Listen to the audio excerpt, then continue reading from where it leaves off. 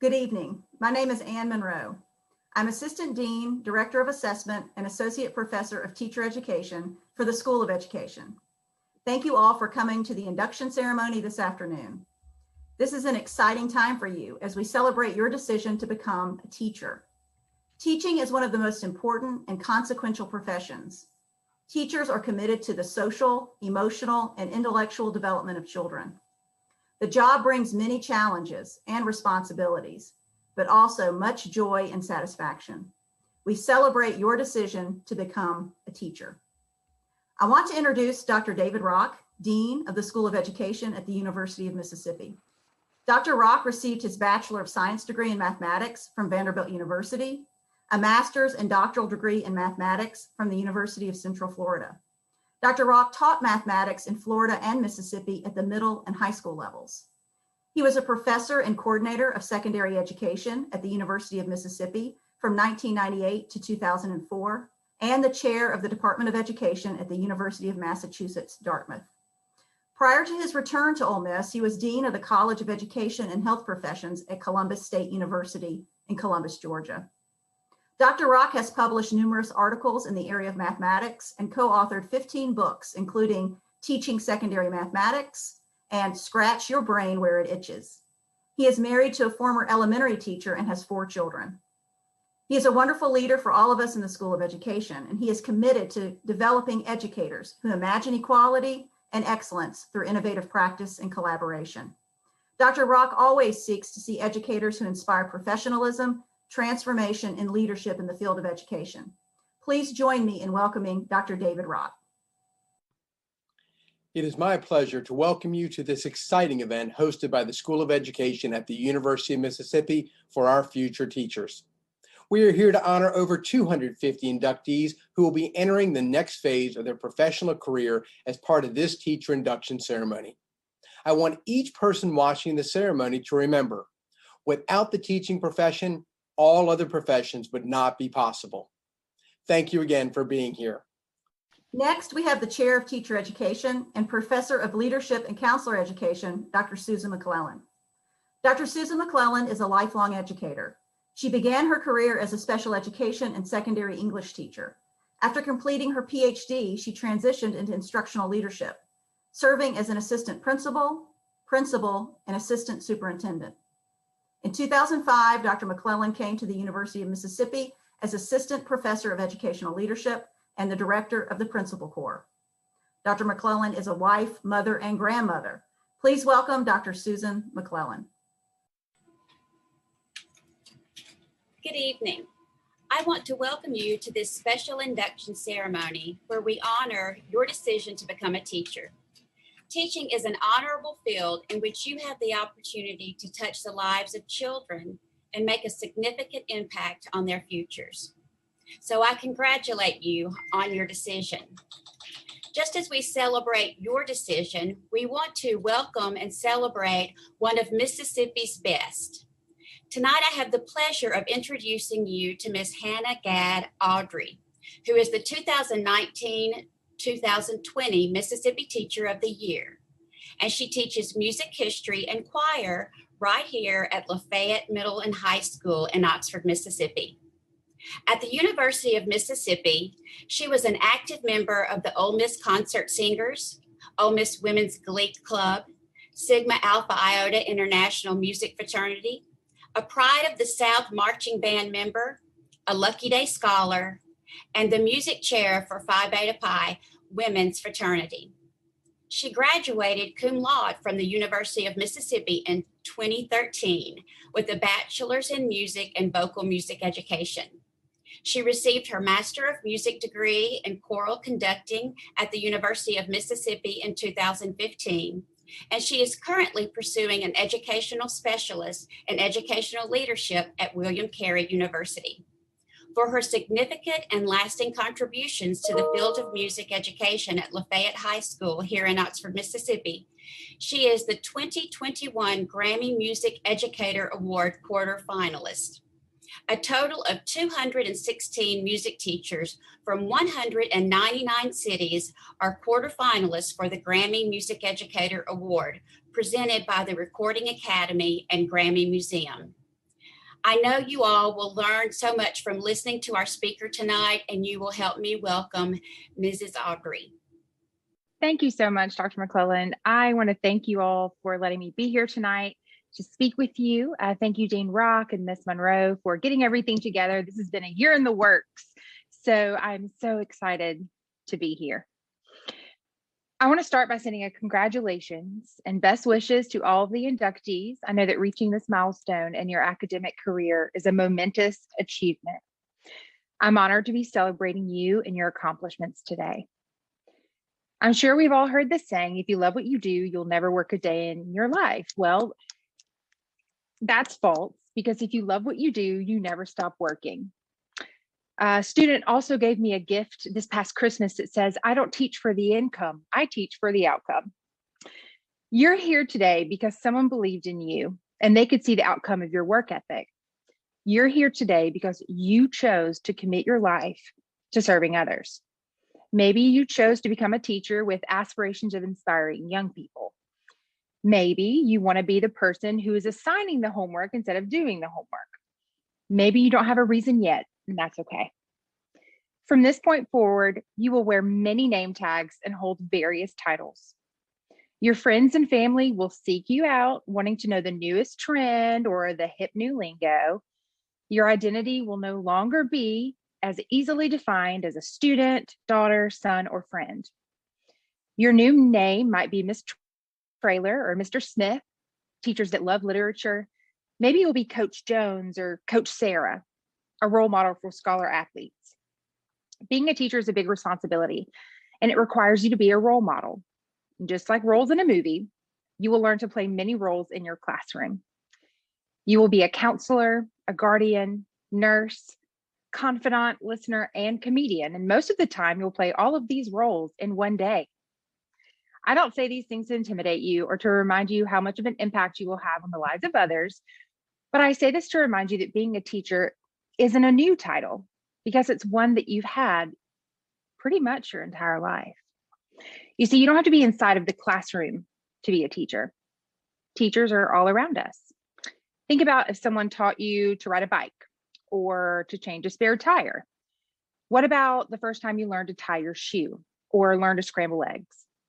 I'd be willing to bet that you didn't learn these things inside of school. Have you ever taught anyone how to do any of these things? Well, whether you realized it or not, you became a teacher in that very moment. In my family, I'm well versed in all of those things because my mom was a teacher. And really, in my family, there are three things that you can be.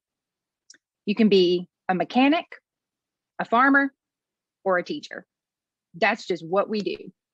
And I didn't want to be any of those. I originally started my education at Ole Miss as a biology major because I wanted to save lives and change the world and shape hearts and minds through medicine. Well, biology wasn't that fun for me. And if you don't like what you're majoring in, you're not going to like doing that for the rest of your life. So I finally gave in, and I had a decision to make. I didn't like getting dirty, so I wasn't going to be a mechanic. I cried when I sold my first cow in kindergarten, so I knew that the farming life wasn't for me. So I decided, what is one thing that has been a constant in my life? And it was education. After graduating from Ole Miss with my master's degree, I ended up landing a job at the same school where I completed my student teaching. After a summer filled with excitement, anxiety, and all the emotions, I walked into my classroom. It was so awesome. I was ready to make a difference, and I was ready to make an impact on students' lives. When I was in band at Ole Miss, Mr. Wilson used to always say, bring a poncho, bring a poncho, bring a poncho, because in the classroom, when it rains, it pours. And I ended my first day of teaching with 2 parent phone calls, a student saying that she did not like me, and on top of it all, I made 2 students cry. Just letting you know from experience, there's nothing more spiritually cleansing than the unconsolable tears of teenage girls. During my quest for world peace and changing students' lives, I forgot to think about the most important thing, my students.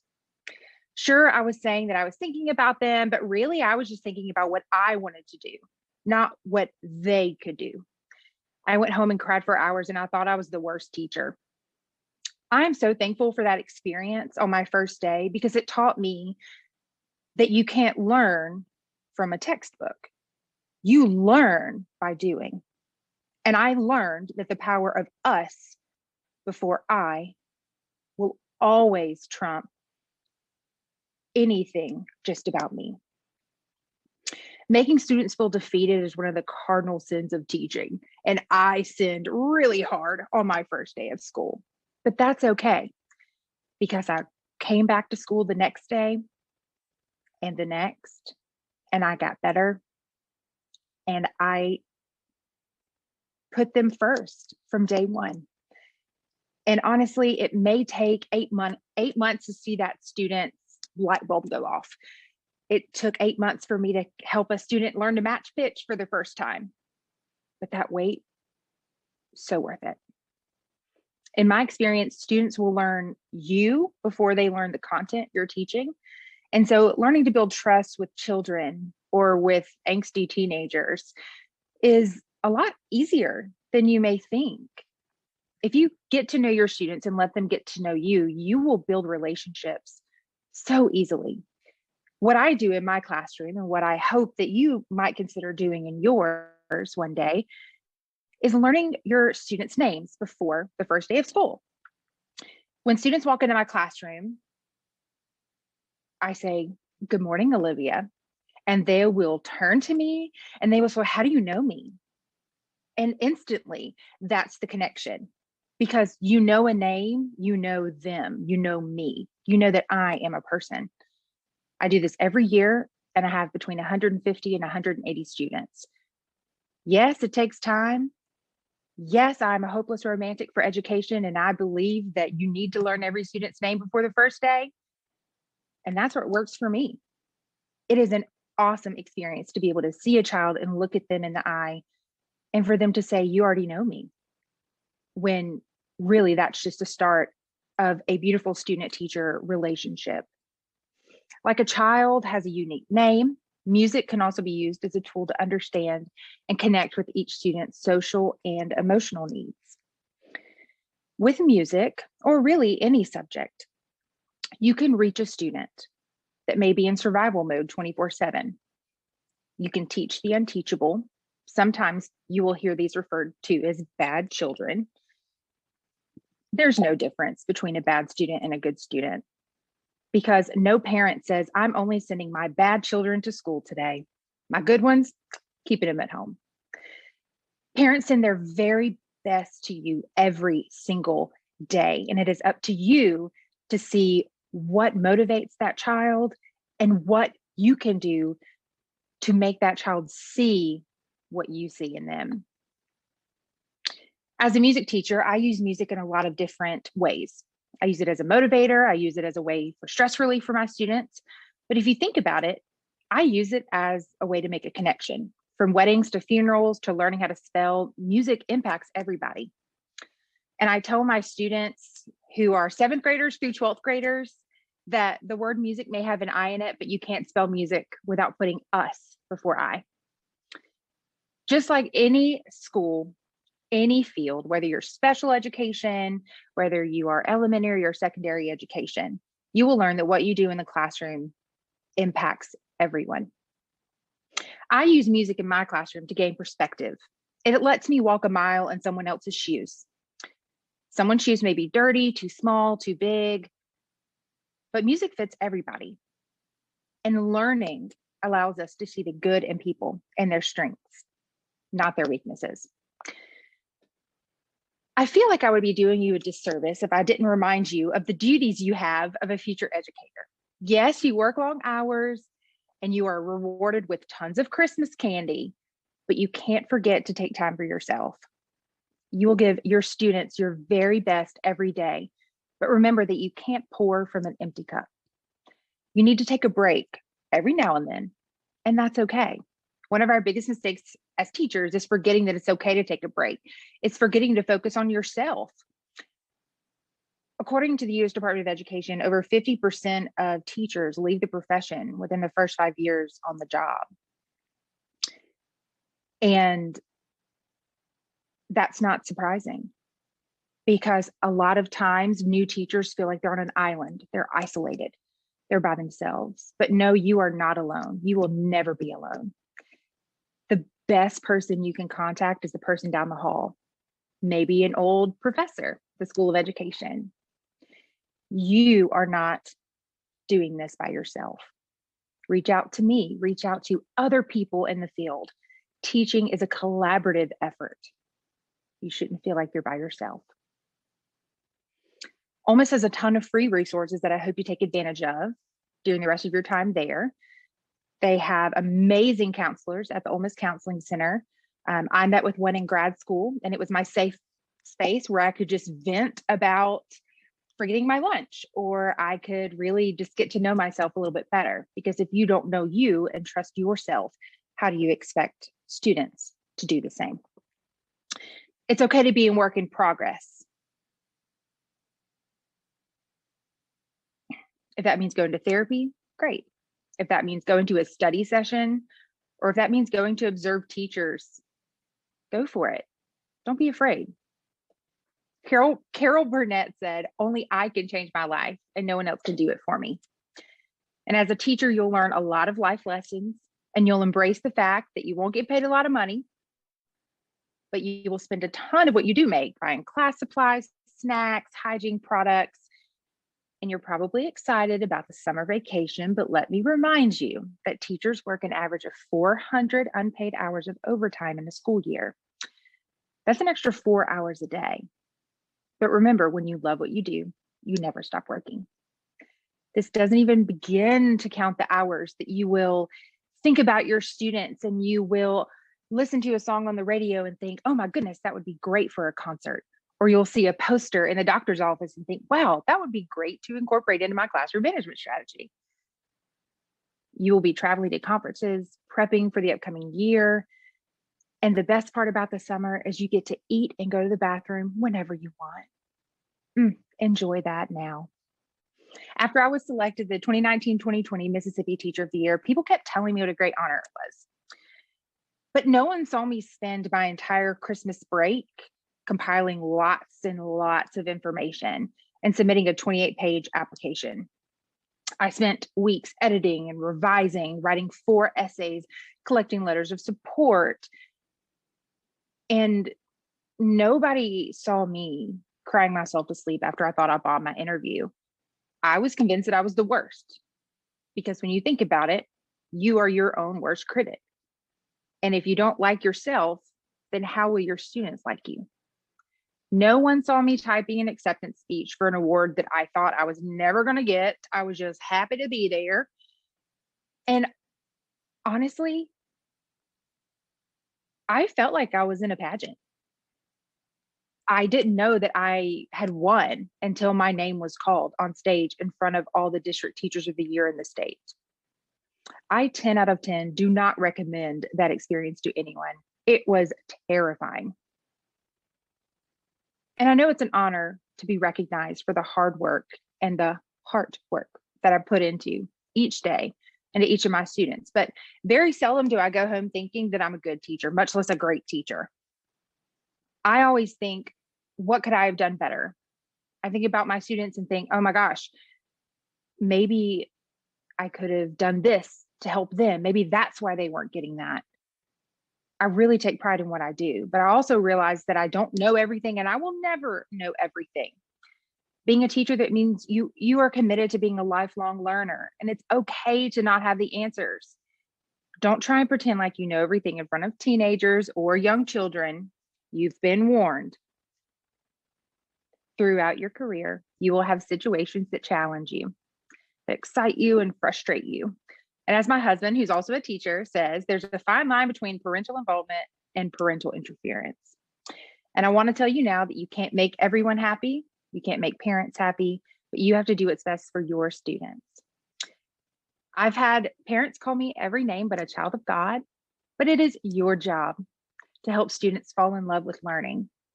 One of my favorite musicians, Kendrick Lamar, said, although the butterfly and the caterpillar are completely different, they are one and the same.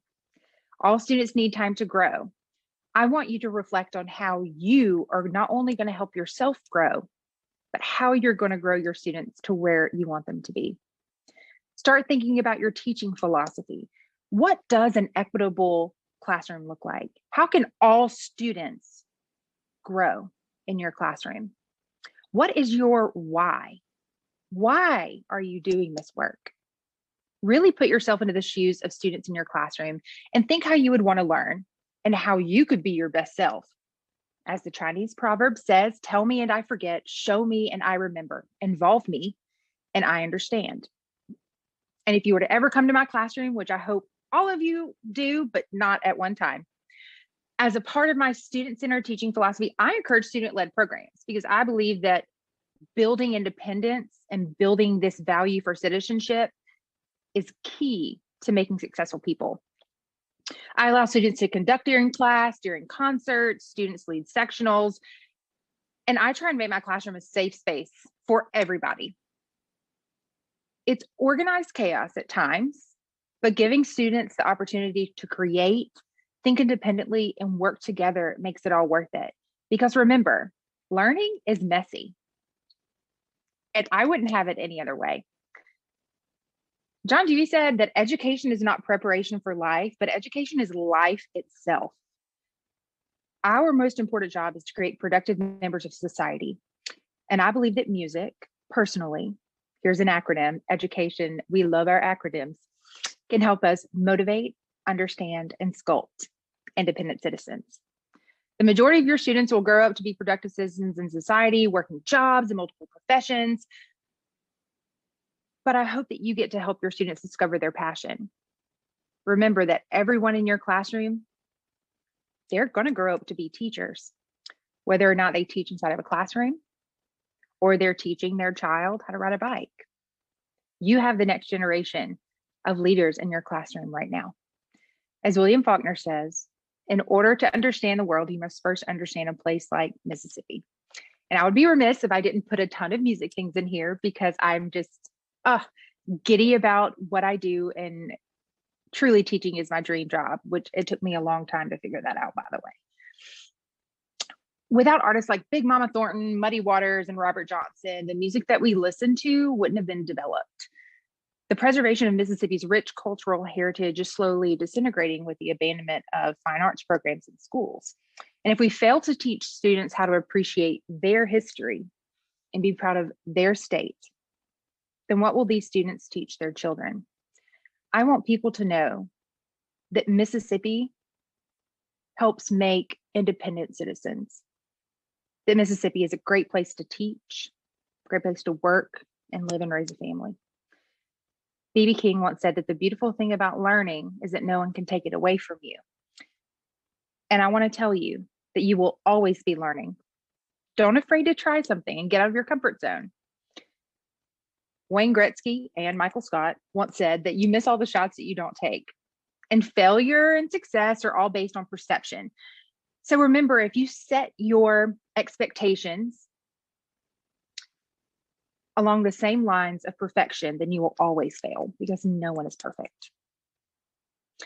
If you take things slowly in your classroom, you will learn patience. Don't forget what it's like to know nothing about the subject you teach. And it's okay if you don't get any awards in college, or if you finally realize that you haven't been giving your best effort academically up until this point in time. I understand. But from this point forward, you have the biggest and most the biggest job and the most responsibility of anyone in the world. You will be in a classroom and you will be working a job that you love. You will work harder than any other point in your life.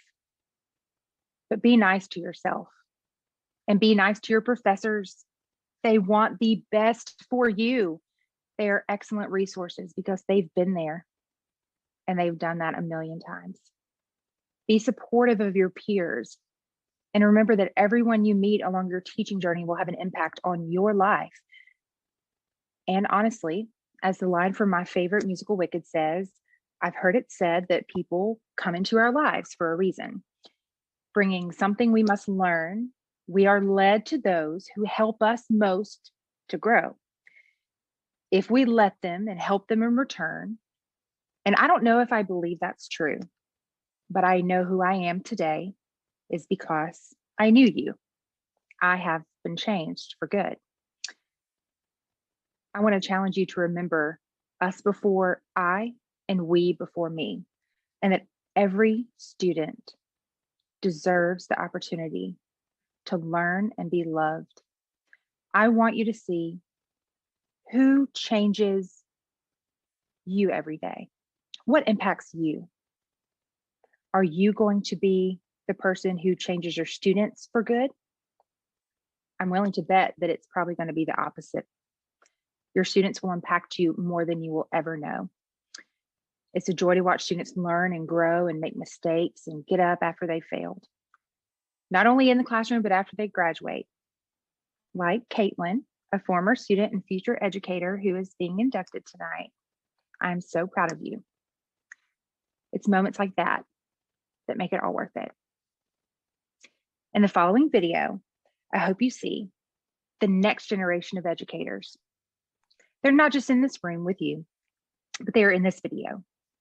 Your world is a classroom, but it's up to you to foster a joy for learning within every person you meet on your teaching journey. I can't wait to see and hear about all of the wonderful things that you and your students accomplish. Thank you.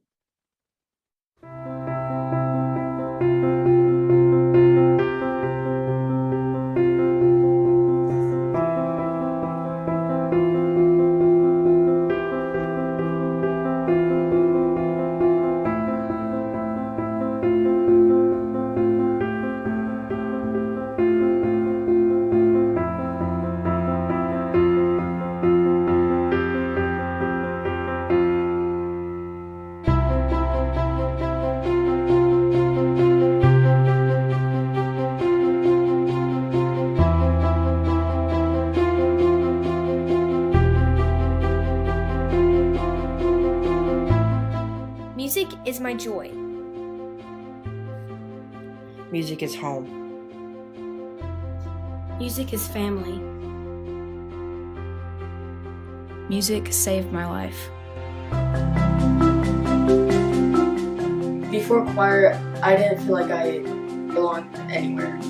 But ever since I joined choir, it made me feel special, like I was part of a family. I wouldn't trade this for any other sport, and I definitely wouldn't trade it for any other school activity. This is my family, this is my home. It's where I grow.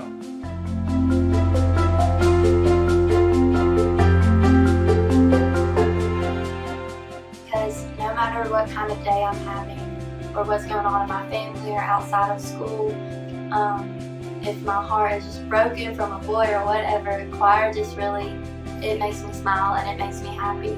If you sing one song and the way we all just sound together, just the beauty of the music makes me so happy, and I just want to share that happiness with everyone else, and choir gives me the chance to do that. Music helps me find the words I can't say.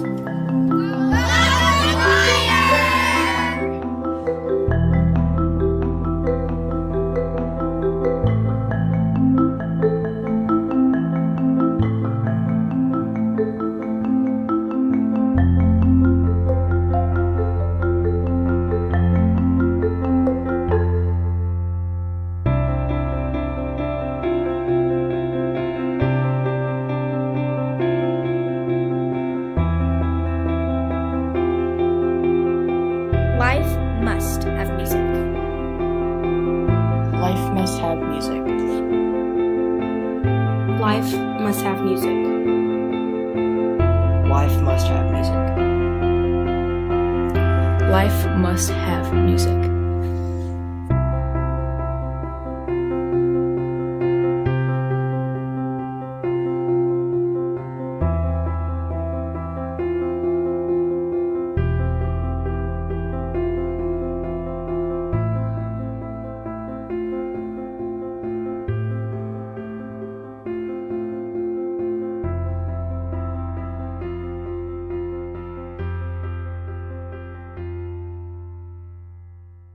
Thank you so much, Hannah, for coming to greet our teacher candidates in the School of Education here at the University of Mississippi. And thanks so much for your wonderful advice and words of encouragement. We are proud of you, and please know you inspire all of us who are working with children across the state of Mississippi.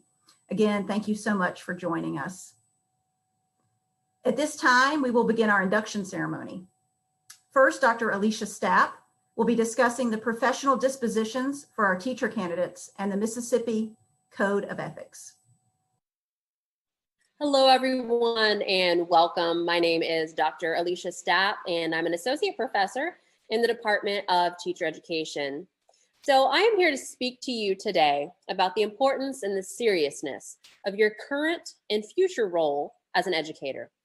My purpose is to remind you of not just the instructional responsibilities that beholds you on this journey, but also the professional responsibilities that you are expected to uphold and will be evaluated on from this point on as a pre-service and future in-service teacher. Why, might you ask, is this so essential for you to hear about today? Well, the key to quality and efficiency in any profession is the ability to display professional characteristics. Professionalism has been described as the conduct, aims, or qualities that characterize or mark a profession. Based on the Mississippi Educator Code of Ethics and the standards of conduct, ethical conduct is any conduct which promotes the health, safety, welfare, discipline, and morals of students and colleagues. Conversely, unethical conduct is any conduct that impairs the teacher's ability to function in his or her employment position, or a pattern of behavior that is detrimental to the health, safety, welfare, discipline, or morals of students and colleagues. To ensure that the University of Mississippi's teacher candidates uphold all of the expectations set forth in the Mississippi Educator Code of Ethics, a state committee comprised of educator preparation program faculty realigned the University of Mississippi's teacher candidates' expected professional dispositions with the Mississippi Educator Code of Ethics 2 years ago. All teacher candidates across the state are held up to the same professional dispositions and are evaluated accordingly. The purpose of this realignment was to ensure adherence to the Mississippi Educator Code of Ethics, university and district policies. The professional disposition instrument that you see up here on the screen and should have seen prior to today is administered at least 2 times. Domains 1 and 2 are administered during EDCI 352, which is pre-candidacy, by the course instructor, and domains 1, 2, and 3 during candidacy by clinical instructors, supervisors, and or education preparation faculty. So you will see this again. And seniors who are about to enter as in-service teachers, you too will continue to be reminded of the Mississippi Code of Ethics that underpins our profession in the field. As a representative of the University of Mississippi School of Education, we expect that all of you in the field and also going into the field uphold the standards of the teaching profession through the 6 professional dispositions that I'm about to put up here on the screen. So we're going to go ahead and take a look at these dispositions and also what is expected of you. I will go over some positive examples and also some non-examples of behaviors that align with each professional disposition. And while I will say teacher candidate, please understand that these dispositions will also be expected of you once you become an in-service teacher. Disposition number 1, the teacher candidate protects confidential information concerning students and or colleagues unless the law requires disclosure. So an example of this is keeping information about students' academic records private. A non-example of this is keeping or posting student work with students' names visible on any form of social media. Disposition number 2. The teacher candidate demonstrates maturity and sound judgment in all interactions with peers, university and K-12 personnel, and parents. Some examples of this include responding to communication from clinical instructors, university instructors, and supervisors in a timely manner, and being present and really engaged during all of your university class sessions. A non-example of this disposition is being inattentive by wearing earbuds at inappropriate times and or using a cell phone or computer at inappropriate times.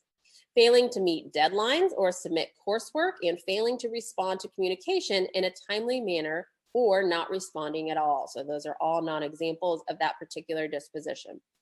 Disposition number 3, the teacher candidate follows all university and K-12 school policies, including but not limited to policies for alcohol, drug, tobacco, and social media use. Examples of this disposition include properly signing in and out of the school building, and also dressing professionally, while non-examples include arriving late to any field experience and not communicating with students, parents, colleagues, or university supervisor, faculty in a timely and or professional manner. Moving on to disposition number 4. The teacher candidate exemplifies honesty and integrity with all stakeholders during his or her time in the program. So you can display this disposition by speaking in positive terms about the teaching profession and by speaking in positive terms regarding the students in your field experience placement, or for in-service teachers about those who are in your classroom. You are not displaying this professional disposition when you participate in gossip about students and or school personnel, post inappropriate messages and images on social media networks, or violate student confidentiality. Disposition number 5, the teacher candidate accepts constructive criticism in a positive manner. Positive examples of this disposition include seeking advice and feedback from university instructors, supervisors, and clinical instructors, and then integrating feedback into curriculum planning and instruction and accepting feedback openly and graciously. This disposition is not displayed when you do not modify your lessons and pedagogy based on relevant feedback, when you ignore, refuse, or deflect feedback about work or behaviors, or use social media as a means to share feelings or disagreement of rejection or criticism. Disposition number 6 is the teacher candidate provides fair and equitable opportunities for all K-12 students in a non-discriminatory manner.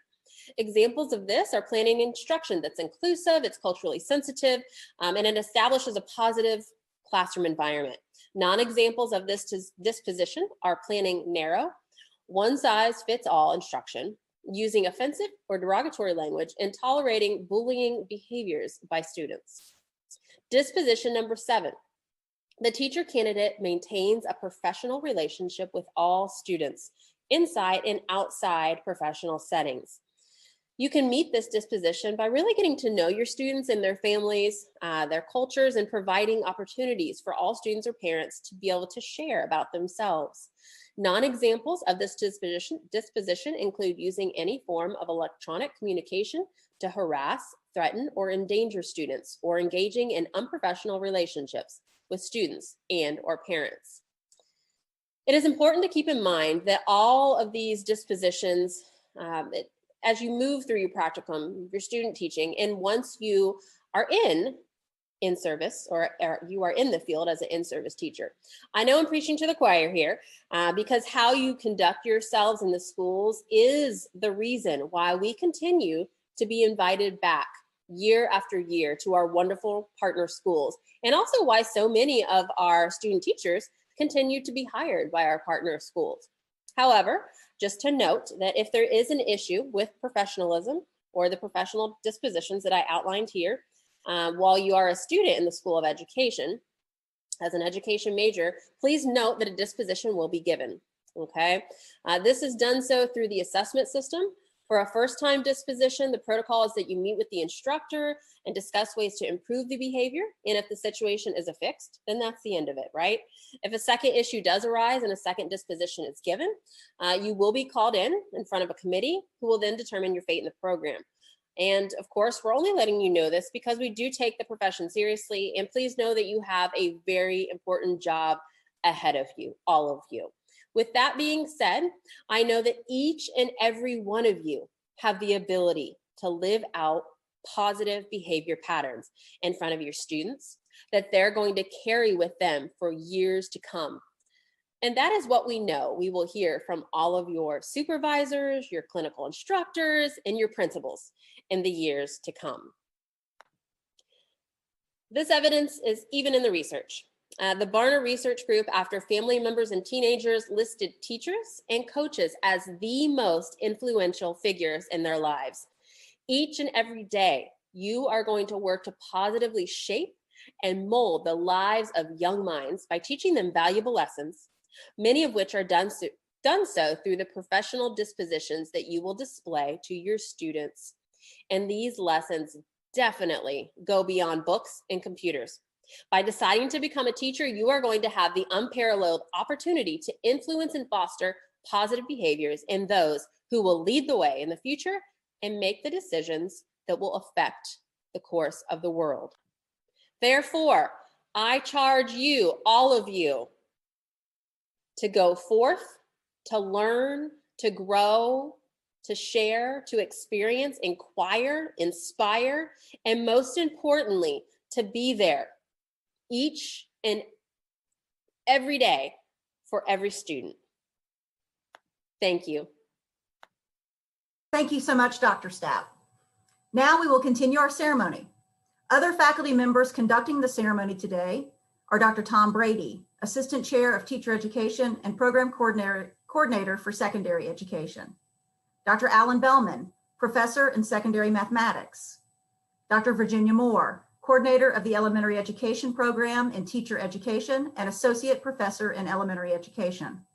Dr. Sarah Platt, Clinical Assistant Professor of Special Education and Assistant Director of Assessment. Dr. Bellman. Inductees, we are united in a profession whose purpose and challenge is to inspire young and old to grow by using their heritage, to develop a concern for the needs of others, to strengthen moral character and personality so that collectively as educators, we may be worthy examples of a rich, wholesome life. To these purposes and challenges in firm faith, we devote our lives. So to teach that our words inspire a will to learn. So to serve that each new day may enhance the growth of exploring minds. So to live that we may guide the young and the old to know the truth and love the right. To the fulfillment of these objectives, we pledge our efforts and our faith. We will now share the Professional Educator Creed with you. As a professional educator, we believe that education is a noble profession with the power to transform lives and empower human beings to thrive and improve our democratic society and diverse changing world. We help change the world and create our future. We understand the unique privilege and accept the great responsibility that comes with this charge. To the best of our abilities, we will provide rich, meaningful, engaging, and challenging experiences that empower the whole person to think, communicate, and interact so they can improve their lives and the lives of others. It is our privilege and honor to congratulate you and to welcome you into the profession of teacher education in the School of Education at the University of Mississippi. For our closing remarks, we will hear from Dr. Denise Serez. Dr. Serez is Director of Graduate Studies, Special Education Program Coordinator, and Associate Professor of Special Education. Please join me in welcoming Dr. Serez. Carl Menninger once said, "What the teacher is perhaps more important than what he or she teaches." So as you move forward, navigate the paths, accept the challenge, listen to the voices, and have faith and inspire your future students. Have a passion for teaching, as you can have an impression that can make a difference. You will experience the swirls of standards and expectations, a frenzied collision of assessments and impending achievements, but have hope for the future possibilities and accept the challenge for balance. After all, we are not superheroes. Pursue the field of education with an open heart and explore the nuances, but remember your humanity makes you perfect for the role. Inspire and make an imprint. Know the perks are intrinsic, as nothing compares to being an influence in so many lives. Give your students the life skills to take on the world. You are taking a chance, but teachers change lives. You are a future teacher that will help students realize their future potential. It's time for some new stories of great learning, and it begins with you. Go be awesome. This concludes our induction ceremony into teacher education. So from all of us to all of you, congratulations.